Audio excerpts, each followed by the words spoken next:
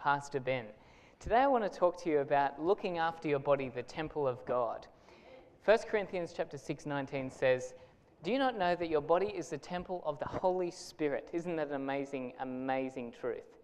"Who is in you, whom you have from God, and you are not your own." If you've given your heart to Jesus, who do you belong to? You better believe it. He's your owner now. And 1 Corinthians 6:20 says, "For you are bought at a price." How much, by the way? The death of Jesus, the highest price in all the universe. You are a valuable commodity, and don't let anyone tell you otherwise. You're bought at a price, therefore glorify God in your body. You know, coming to the new year is a great time to make some plans for 2013. And I want to encourage you to take the next couple of minutes we spend together and make a few plans about your health for 2013. Not only for your own good, but to glorify God who lives in you. And today I want to invite forward my dad. His name's Ben Rea. Come on up, Dad. Thank you. Come and grab a seat. And Dad's works for the church in the Greater Sydney Conference of the Seventh Adventist Church. He's the health director for the conference there. And so I thought I'd take this great opportunity to interview Dad, to ask him, okay, we want to make some plans for our health for the next year of our life. If you had to do 3 things for your health, what would be the best 3 things to do? So Dad, welcome today. And thank you, Ben. Thank you. Tell us, number 1, if we had 3 things to do to improve our health in 2013, what would the number 1 health goal be? Well, it's very difficult for me to narrow my concept of health down to physical health, but we are focusing just on physical health. And so I would have to say that exercise drives so much inside of our body.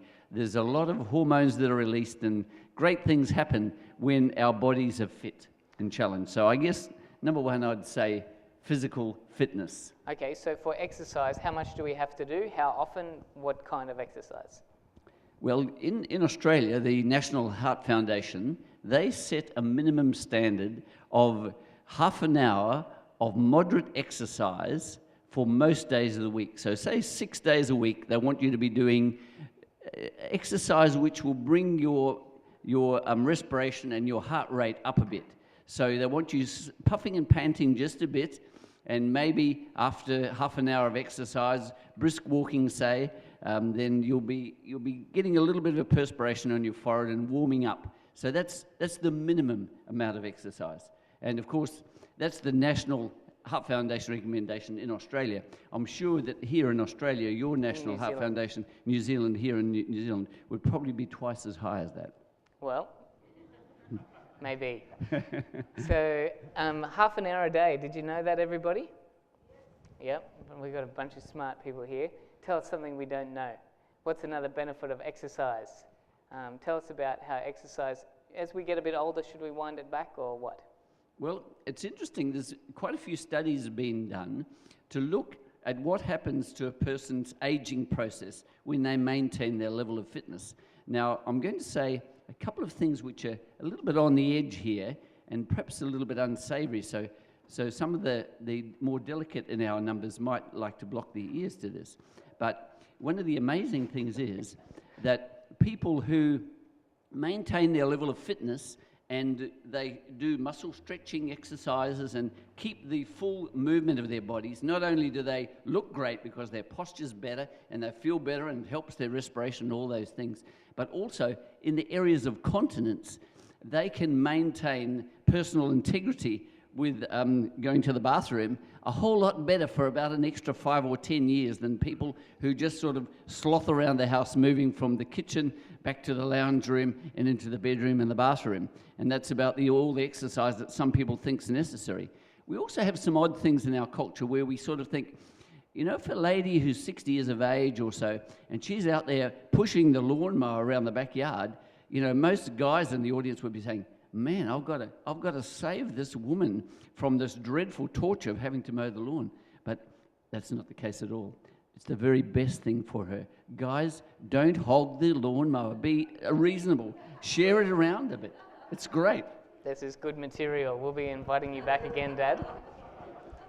So just coming back to the point that you made earlier, you're saying that if we keep exercising into old age, we're going to not have problems with incontinence for extra time. It's an awful word, isn't it? I love it. So that's significant. So as we get older, we shouldn't wind back our exercise. We should keep it up. Absolutely. And we also have a thing in the Western culture that older people aren't capable of building their muscles up, their muscle tone. It's completely untrue.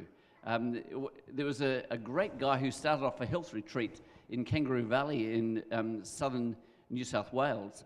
And we had the pleasure of meeting this man. Richard Richardson was his name.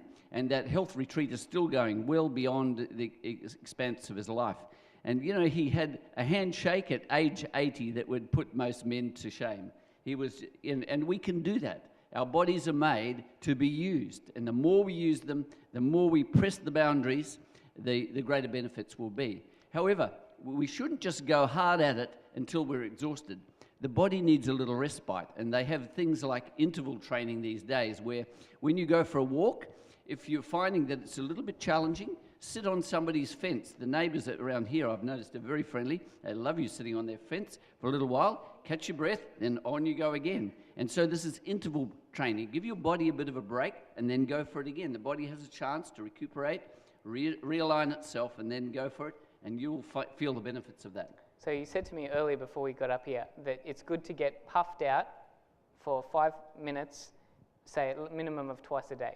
Yeah, sure. So if time's an issue and you can't put half an hour together for your exercise, on some days you have to skip because of your commitments or something, try to do something fairly intense then for 5 to 10 minutes to bring your heart rate up. You want to go well over 100, maybe 110, 120, and get you puffing and panting a little bit. So even if you're running on the spot in your hotel room because you've got a lot of commitments and you're just a busy person, still do some exercise every day, twice a day, minimum of 5 to 10 minutes of fairly intense kind of exercise.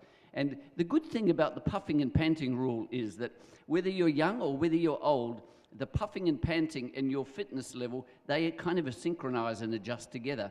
So if you're someone who's 85 years of age and doesn't really do any exercise at all, if you do things that are going to speed up your puffing and panting a little bit and your heart rate, then you'll know your own limit, because a walk to the bathroom, I know one lady, a walk to the bathroom is about all she can do. She has angina and so on, and she knows that's her challenge, to be able to keep doing that, and that's very important for all of us. Okay, that's a good measure, isn't it? If we can be puffing and panting twice a day, that's the basic, and then if you want to get fitter, then even more than that. All right, we've only got 1 minute and 10 seconds left. Tell us about the second of the three things. What would it be for health for 2013? Nutrition's got to come in here, doesn't it? Absolutely.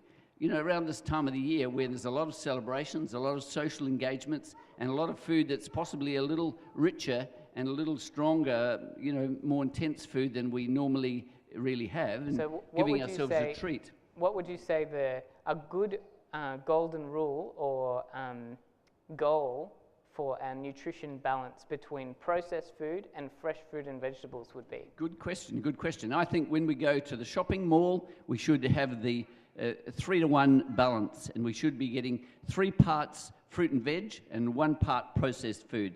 Usually in the Western culture, it's the other way around. And of course, all the people who manufacture products, they push very hard.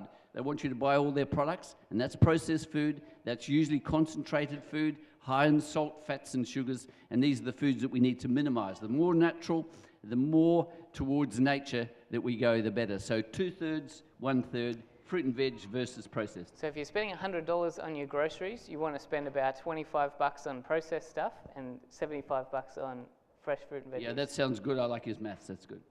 Is that 3-to-1? That's 3-to-1. Yeah, that's 3-to-1. Yeah. Okay.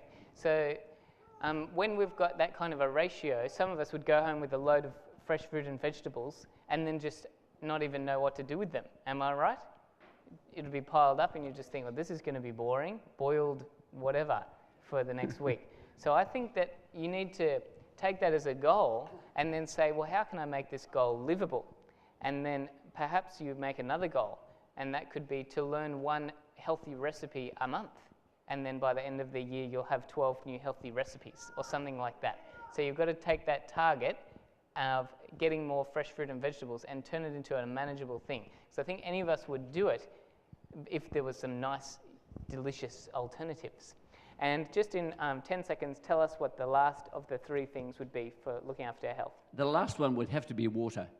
Do you know that we feel pretty badly if we skip having a shower for a day, particularly in the warmer weather, and sometimes we'll even want to have 2 showers in the warm weather. But it is so much more important to drink plenty of water. Not with your meals so much, but between your meals, when you first wake up in the morning, flush your tummy out. Give it a good start on the day. Drink plenty. It's the only way the body has of washing internally. Much more important than washing on the outside. So I know that your rainfall's not that high down here in the South Island. So if you're a little bit short on water, don't drink it. Skip the shower. It's more important to put it on the inside. Okay, that's great. Well, thanks. Let's give Dad a round of applause. Thank you. Great having you up here. Thank you. All right.